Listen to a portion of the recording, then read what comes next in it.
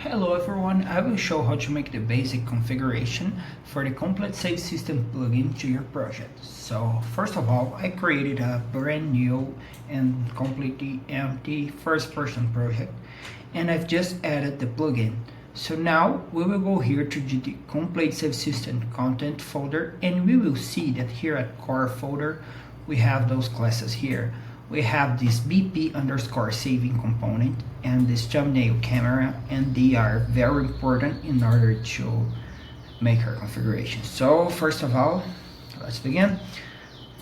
So in order to start, we will need to go to your project folder and find your person controller class. So here, your player controller, sorry. So here we have your BP underscore first player controller. It will work with a third person controller too. I've just created a first person one because it was the first one on the new project tab, but it should work fine with first and third person. And you will need to do two things here in order for your plugin to start working. First, you're gonna add a BP underscore saving component, this guy here, and you can check the configurations.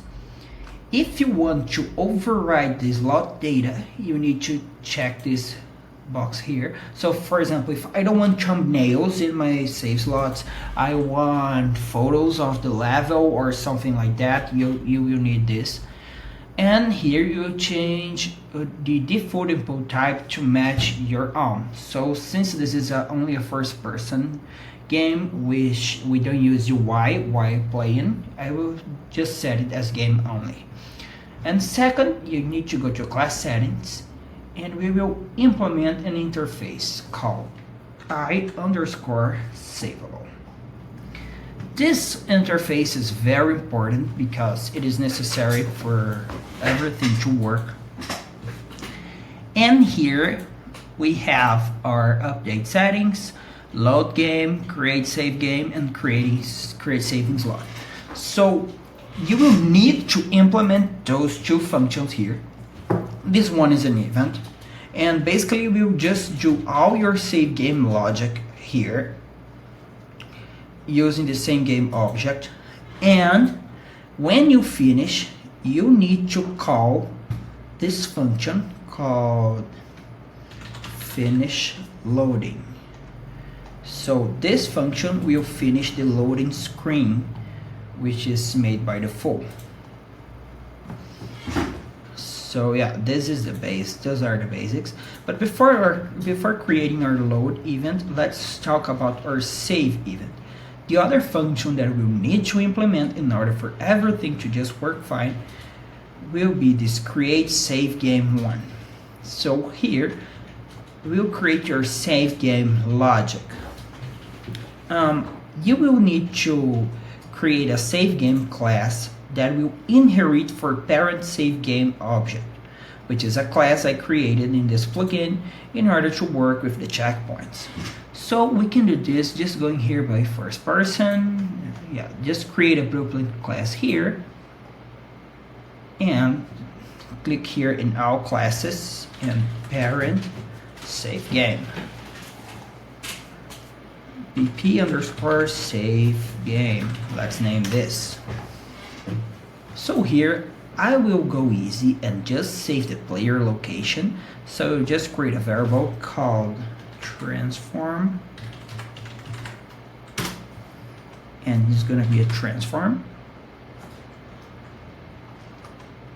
here. Let's just save this, and here in our create save game we will create save game,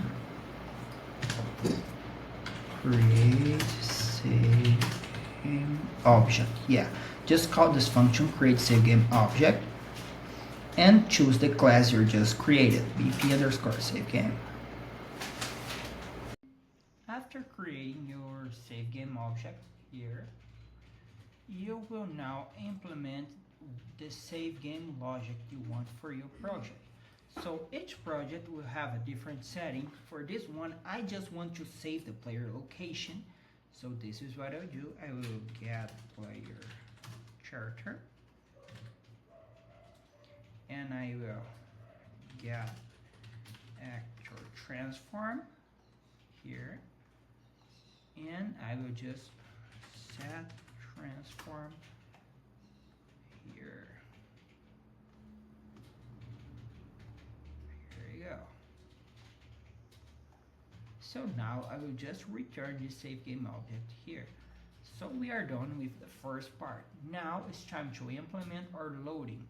So going back here to our event graph, we will have this save game object reference. We will cast to BP save game. And let's say that what I want to do is,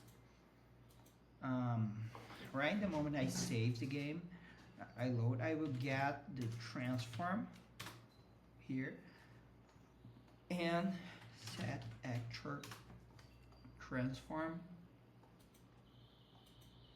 and the target will be get player character. So here we go, here. So yeah.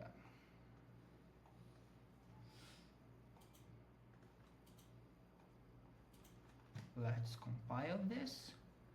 And now, just in order to demonstrate how to save, I would just say that clicking the tab button, tab key here, I will call this method open UI with, actually I will call this pause game function. Yeah, I would just use my pause game widget, just create widget, and by default we have this WBP pause, and let's just add this guy to viewport, add to viewport here. So let's compile and go back to our game. Here, in a moment we press play, we will see the tab now just show this screen here. But there is still one thing missing, which is, if you check the output log, we will see that no thumbnail camera found. So in order to solve this, we need to use our thumbnail camera. Just go back to the plugin content folder, complete save. Okay, let's just work it. Just give me a second. Here I'm back on the content folder. Now just go back to core and grab our thumbnail camera. Here we go. So basically this camera will record the screen for the thumbnail. You can put it wherever you want, but what I want to do, and what I realize most people would like to do, is just attach it to the player camera. So you just need to click this box here, and with this checked, it will work in our player camera. So here, let's save our game. Sorry for the broken widget. Create a new save slot, and the game was saved. So now let's move around a little bit, grab this gun, go there. And since I've not implemented the gun state here in this demonstration, when I load the game, I will still have the gun. But when you create your own game, this won't be a problem. So now I will load for this slot, and you can check that what I done, which was saving the player location, was kept here. So let's go back to another place and save the game here, just to demonstrate how the thumbnail will be updated. So as you can see, we have a different thumbnail here, but the widgets are the best part of the plugin, I gotta admit, but they are 100% customizable. So if you want to change the widgets and create your own, you just need to go here on the complete save system content folder, and in the widgets folder, Here we have all the widgets, and you can configure them to have the exact look you want them to have without big complications. If you want to change or your own thumbnail style, you can create another widget for that using this one as a base, and just check the boolean on the BP underscore saving component. So there are other things that I would like to demonstrate here, but the basic configurations are just done. So now for the optional stuff, if I want to create a different save slot, like I don't want to use thumbnails, I want to use my own logic. Here we will have this as save slot structure, and you just need to go here and type slots as save slot, and you can just create a child blueprint class based on that. Actually, you can do that with structures, but you can just you can just add it here. So here in my demonstration, I have the thumbnail, the title, the subtitle, the is auto, and the timestamp. But you can just put whatever you want here. And if you want to use a setting system that works independently from the save slots, you just need to call this function here, update settings. And as you can see, you use this as settings structure. So here on types, settings, you will work with this structure here, and we will need to do a little more configurations in the BP underscore saving component. So here in the settings systems, settings graph, you will need to override this to have your own default settings. And here on save settings,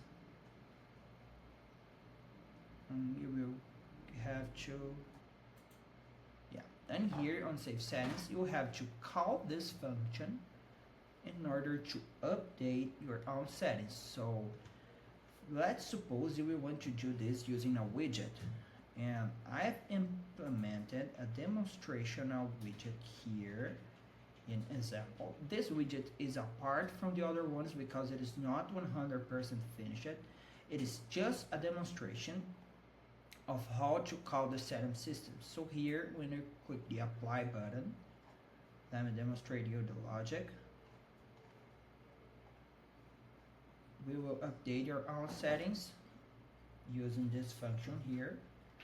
The update settings is a function that you need to override to set your own settings here, and then you will you will just implement your logic here, and we'll call the save settings. And here on your player component, on your per player controller, you will implement this event that will be responsible for adding the settings. You can check that this was already done on the example folder on the demonstration map. And last but still very important, I want to demonstrate the runtime generated texture functions. One of the main reasons I created this plugin was to work with runtime generated textures for a game I was creating, where you had to use a camera to take photos of the scenario. But how to do that? So here in our content, we go back to core, we will see that we have this function library and this macro library, and we have those functions here, and we have some function, those macros here, we have some function equivalents here too. But here we just have this convert render target to texture 2D, get render target save data, load image, and create material from data. So what we will do,